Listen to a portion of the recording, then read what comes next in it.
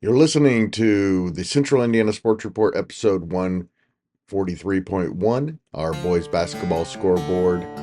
Since there were no games on Thursday, we bring you quick picks with Greg and Michelle, and this time, guest picker, Rob Hunt of the Herald-Bulletin. You're listening to the Central Indiana Sports Report with your host, Greg Mengels. There were no boys basketball games on Thursday, but we have plenty on Friday. Michelle and I are going to make our quick picks for this game. For the games, Michelle's has a lead, unfortunately, in this one, 64-50, going into Friday's games. A lot of good ones on Friday for the boys, including the Madison County Tournament Championship. Rob Hunt from the Herald-Bulletin is here with us. He can feel free to comment. He can pick or not pick, depending on how courageous he is.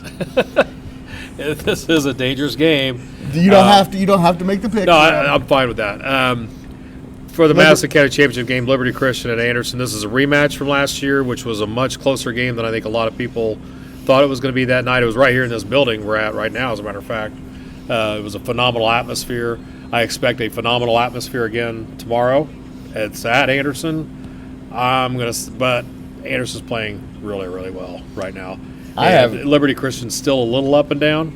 What do you have? I have Anderson by 13. 13. I'm going to go higher than that. I think Anderson's going to win this game handily. And this is not to say anything negative about Liberty Christian. I just think that they're not quite the finished product yet that they're going to be at the postseason when I think they do make another postseason run. But this Anderson team is I think better than the Anderson team last year. Yeah, I'm going to agree with Rob because I know I've talked about this before. I think that Anderson is playing very well, and they had the best player in the tournament in the King Kid. I mean, and they're at home, and I think they're rolling right now. So I'll go higher.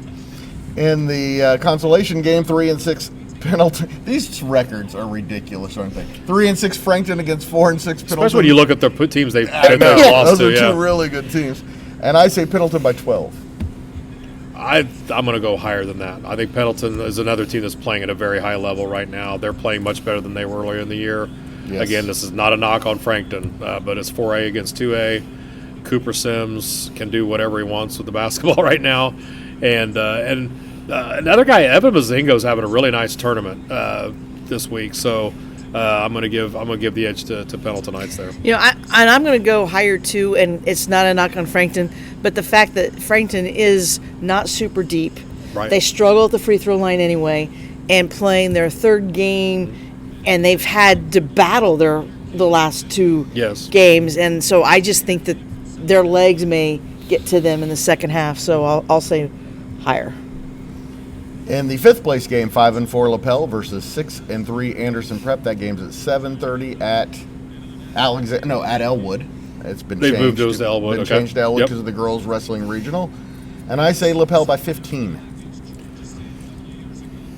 Yeah, I think LaPel's another one of those 5-4 is deceptive because they've played a really tough schedule too, including having opened with Pendleton Knights in this tournament. Second time they played the Arabians already.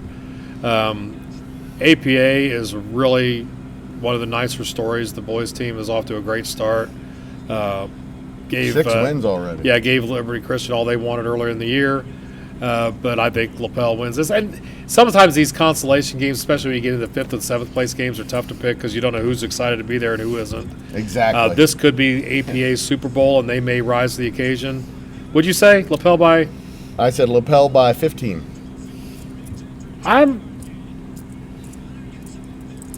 I might go a little under that. I as I'm sitting here talking it out, I think this is a big game for APA. LaPel may not think of it that way. They're disappointed. They're one of those teams that doesn't want to be playing in the 5th place game.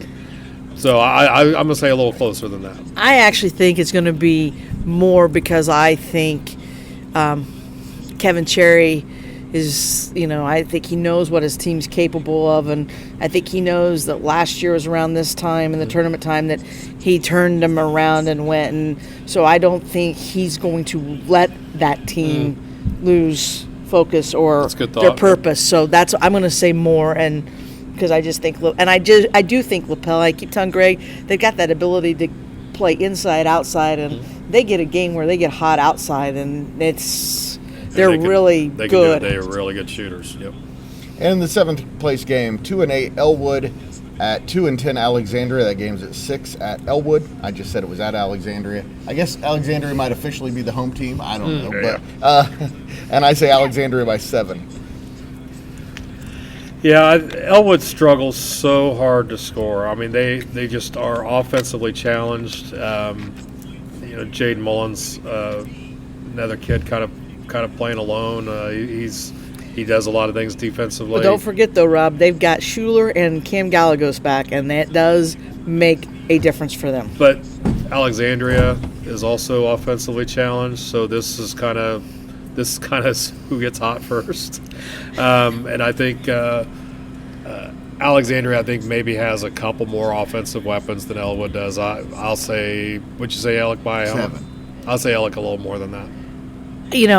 I think Ellick is going to be inspired because Elwood upset them last year. Mm-hmm. And Elwood celebrated that upset. And, as they should. And that a lot of time is great bulletin board material. But I'll tell you what, for how Elwood played APA, and for Ryan, I think this game means a lot. I don't think Elwood's there yet to win. But I will actually say under. I think Elwood can make it a game, especially since it's going to be played at John Ward.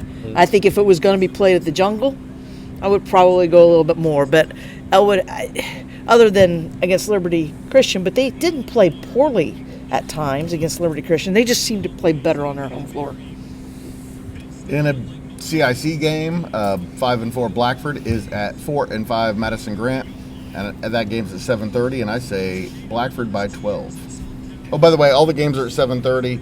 I believe all the games are at 7:30, so I'm going to stop saying that. Well, except a couple of those. Except for the ones we already talked about. And use Blackford at Madison Grant. Madison Grant is still trying to figure out what in the heck they are. They struggle to score, too. Yeah. There's some offensively challenged stuff going on here. Blackford's a pretty solid team. I think Blackford probably wins this double figures. What'd you say? 12. I'll go a little higher. Did Notre Dame do something? Just kicked the game-winning and kicked the field goal to put them up 3 with 7 seconds to go. All right. So they can go get beat in the championship game by whoever wins the other game. Yes, I called that shot early. I'll go a little higher just because you didn't give me a whole lot of leeway in the double digits between 10 and 12. So I'm going maybe 13. We have these kind of talks almost nightly, don't we? That's right, yeah. I'm going to go higher, too, because I think Blackford has played very well at times this year. I like I like the way they're coming around, and I do think, we've talked about this, that they have the potential to play a spoiler role in the CIC or have a good, role in who wins, and so I'll go higher. 5-5 Peru, Michelle, as Rob leaves us. Thank you so much for your time, Rob. Appreciate it very much. 5-5 Peru at 6-3 Oak Hill. I say Oak Hill by 6. Oak Hill by more. 6-2 Tipton is at 6-2 McConaughey, which lost a heartbreaker to Taylor on Wednesday night. I say Taylor by 4. Tipton by 4.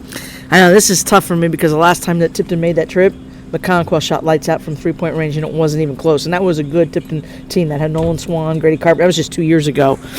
You got Tipton by 4. Oh boy, they still have. You know what? The Tipton people can hate me, but I'm actually going to say McConaughey. I don't think Tipton's young kids are quite there yet. You're going to take them to win. I'm going to take McConaughey to win. 5 points on it, and you'll be happy to lose, I'm sure. Yeah. 6-3 Tri-Central is at 8-2 Sheridan, and I say Sheridan by 15, despite the way Tri-Central's been playing. Yeah, I think I actually think it could be more because my thing is I don't know how healthy Jankowiak's ankle is yet. So I will say more. 6-5 Hamilton Heights at 6-3 Northwestern. I just keep doubting Northwestern, and they just keep winning. But I'm taking Hamilton Heights by 10. My choice is under or Northwestern because Yeah, that's right. because Northwestern's another team that plays better at home. I mean, Jim Gish, the way that gym is set up and with the fans, but I will just say under. I'm just going to go under. Big one in the Hoosier Heritage Conference, 9-2 New Palestine at 9-1 Delta. They are both ranked. They are both have 9 wins. They're both 1-1 in the conference. It's at Delta, but I say New Palestine by 8. Yeah. This is a tough one because I think your margin's pretty good. But because it's a Delta, I do believe New Pal will win, but I will say under. Love that New Pal team. 3-7 Yorktown is at 7-1 Westfield. Yorktown lost 7 games in a row, and I say Westfield by 30 to make it 8. The game is at Westfield. Yeah, there are only a handful of teams that can win a state championship. Michelle and Westfield. And that game's at Westfield, right? Yes. All right. Westfield by 30. I'll say more. 6-3 Marion goes to 6-3 Carmel as the Giants' schedule. The stretch of schedule here has been brutal. And at Carmel, I say Carmel by 11. Marion's at Carmel and Carmel by 11. I'll say Carmel by more, not much more, but more. And real quick, I know we're making it quick, but let's give a shout out. Westfield's coach is Shane Sumter. We're at the Eagles Nest here. Oh, nice. Shane Sumter is from Frankton, so 8-2 Logansport is, or 8-2 Kokomo is at 4-8 Logansport, and I say Kokomo by 28. More. I think Kokomo is getting ready to I mean, they just got so many ways they scored. I think they're just getting ready to go. They're so talented. As soon as DJ Nash becomes that go-to guy, they could be really good. Yes. Lafayette Jeff is 9-2. Muncie Central is 3-1. It's the first North Central Conference game for both of them, and I say Lafayette Jeff by 17. That game is at Muncie Central, right? Yes. Gosh, it's tough because what Muncie Central team is going to play? Is it the one that we've seen a little bit, or what? Up and down like a lot of young teams are. I know. So you don't know. They're at home. Lafayette Jeff's got the long road. You said 17. Yes. I'm actually going to say Muncie Central is going to make it under. I'll probably be wrong on it, but I'll say under because I do think that's a team that they're going to have a game where they're going to really shock somebody at some point this year. 5-3 Eastern Hancock is at 10-0 Wapahani in a Mid-Eastern Conference game. I picked Wapahani by 21. Oh, man. Since that game's at Wapahani, I will go more. I don't think it will be a running clock, but I do think it will be more. 10-0 Taylor goes to 7-4 Rossville in a good Hoosier Heartland Conference game, and I say Taylor by 3. That is something, and the key for that is, can Taylor held up, or the Taylor kid's going to be because of their win against McConaughey? Are they going to come, are they going to... Yeah, got to come travel, go on the road after a tough one. And Rossville's a tough gym to play in. One, yeah.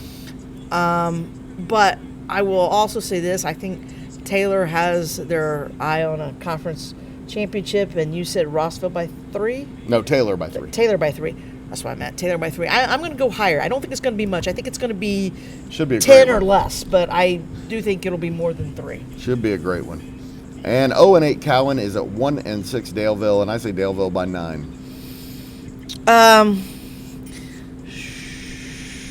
Again, a rivalry game. Cowan hasn't, but I'll say Daleville by a little bit more. 10 to 12. I think 10 to 12. I mean, I know Daleville's lost one, but I know that they play Tri-Central, and they're kind of a physical team. Yeah, so they're not a bad team at all. Right. They've got a couple really good players.